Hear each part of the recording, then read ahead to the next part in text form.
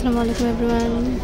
Today's video is going to be a little special কারণ আমি আজকে চলে গিয়েছিলাম ইন্ডিয়ার নিউ দিল্লির মেইন বাজারে। মেইন বাজার হচ্ছে পাহাড়গঞ্জ থেকে খুব কাছেই। অটো ভাড়া হচ্ছে 100 থেকে 150 রুপি নেয়। সো আমরা এখানে চলে গিয়েছিলাম আর কি। এখানে অনেক ধরনের শপ ছিল, জুতা, ব্যাগ, ট্রলি, তারপরে অনেক ধরনের টি শার্টস, মানে মেয়েদের জন্য অনেক জিনিস, ছেলেদের জন্যও ছিল, কিন্তু কোয়ালিটি এতটাও ভালো ছিল না। যাওয়ার পরে আমি এটা বুঝি আর কি। যাই হোক, তো আমরা এখানে চলে যাই। এখানে দেখছিলাম যে মোজা, তারপরে ক্যাপ ওরা বিক্রি করতেছিল। প্রাইসও মোটামুটি রিজনেবল ছিল। বাচ্চাদের প্যান্ট, টি শার্ট ওইগুলোও ছিল আর কি সাথে।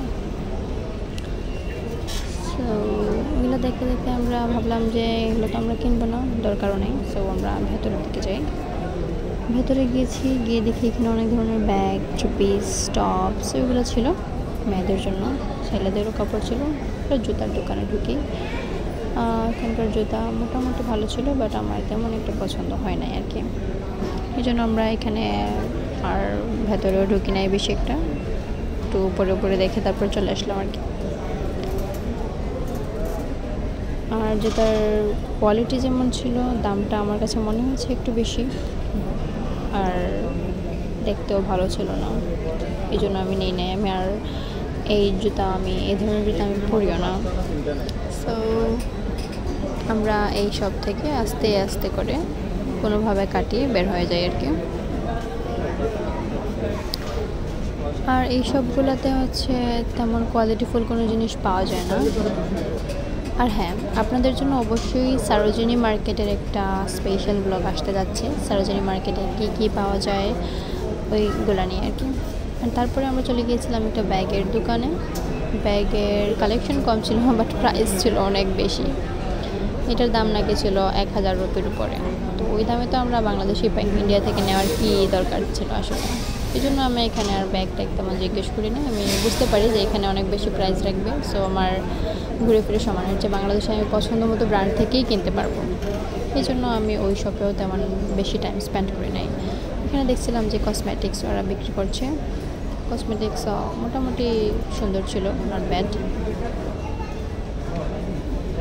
বাট আমার তেমন পছন্দ হয় নাই। যাদের পছন্দ হবে তার তো অবশ্যই নেবে। এগুলো হচ্ছে মেলার জিনিসের মতো। আমরা ছোটোবেলায় যে মেলাতে যেতাম ওই ধরনের জিনিস আর কি। এখানে কোয়ালিটিফুল কোনো জিনিস পাওয়া যায় না, যে সব অ্যাভারেজ অর বিলো অ্যাভারেজ জিনিসপাতি। নেল পলিশ ছিল, অনেক ধরনের কসমেটিক্স আইটেম ছিল, সব কিছুই ছিল আর কি। এখানে আবার একটা জুতার শপ ছিল। তারপরে আমরা দেখতে পাই যে একটা টি শার্টের দোকানে সেল চলতেছে। তো আমরা ঢুকে টি শার্ট তেমন একটা পছন্দ হয় নাই। 2টা টি শার্ট দেখার পরে আমরা বের হয়ে পড়ি। মানে এক কথায় মেইন বাজার থেকে আমাদের তেমন কোনো জিনিস কেনাই হয়নি, বিকজ এই সব দোকানটা আমাদের কাছে তেমন একটা ভালো লাগেনি, জিনিসপাতি ভালো ছিল না। আর এখানে সেল দেওয়ার পরেও প্রাইস অনেক বেশি। এর চেয়ে আমাদের বাংলাদেশের শোরুমগুলোতে অনেক ভালো প্রোডাক্ট পাওয়া যায় রিজনেবল প্রাইসে। ব্র্যান্ডেড শোরুম থেকেই পাওয়া যায় অনেক ভালো দামে। সো আমরা দেখছিলাম 1-2টা, মানে উনি আমাদেরকে জোর করেই দেখাচ্ছিল আর কি। আর তারপরে আমরা চলে যাই। আর হ্যাঁ, আমি কিন্তু একটা অনেস্ট রিভিউ দিচ্ছি মেইন বাজার সম্পর্কে, মানে আমি যেরকম দেখেছি আর কি। অবশ্যই অনেকের এক্সপিরিয়েন্স অনেক ধরনের হতে পারে। তো ওই শপটা থেকে বের হয়ে আমরা রাস্তার মানে ফুটপাতের মতন কিছু শপ আছে, ওইগুলোতে ঢুকে পড়ি। টি শার্টস দেখছিলাম। হ্যাঁ, ওই টি শার্টগুলো কিন্তু আবার সুন্দর, যারা ক্রপ টপ পরে তারা পরতে পারবে। এগুলার কোয়ালিটিও ভালো ছিল আর দেখতেও সুন্দর ছিল। এখানে ব্যাগ দেখছিলাম।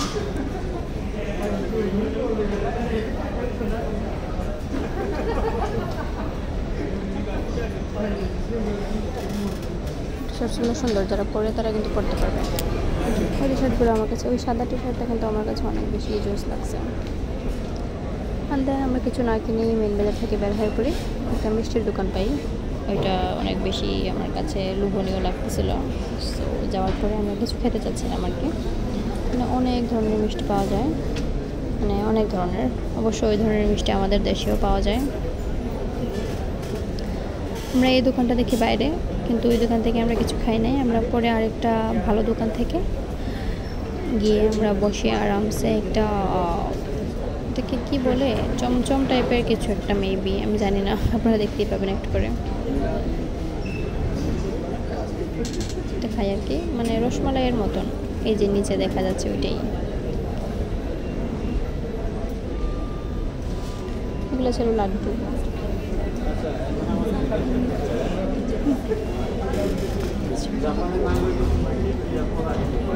অনেক ধরনের মিষ্টি এখানে, এই দোকানটাতে অনেক ধরনের মিষ্টি, চকলেট, জিলাপি সব পাওয়া যাচ্ছিল। সো আমরা ওই দোকানটা থেকেই খাই। ইন্ডিয়াতে মিষ্টান্ন খাওয়ার জন্য কিন্তু অনেক মানুষ আসে আর কি, যেগুলো মিষ্টির জন্য অনেক স্পেশাল। তো আমরা এখানে রসমালাই খাই। এই যে এটা খাচ্ছিলাম, অনেক মজা ছিল আর ঠান্ডা ছিল, খেতে খুবই ভালো লাগছিল।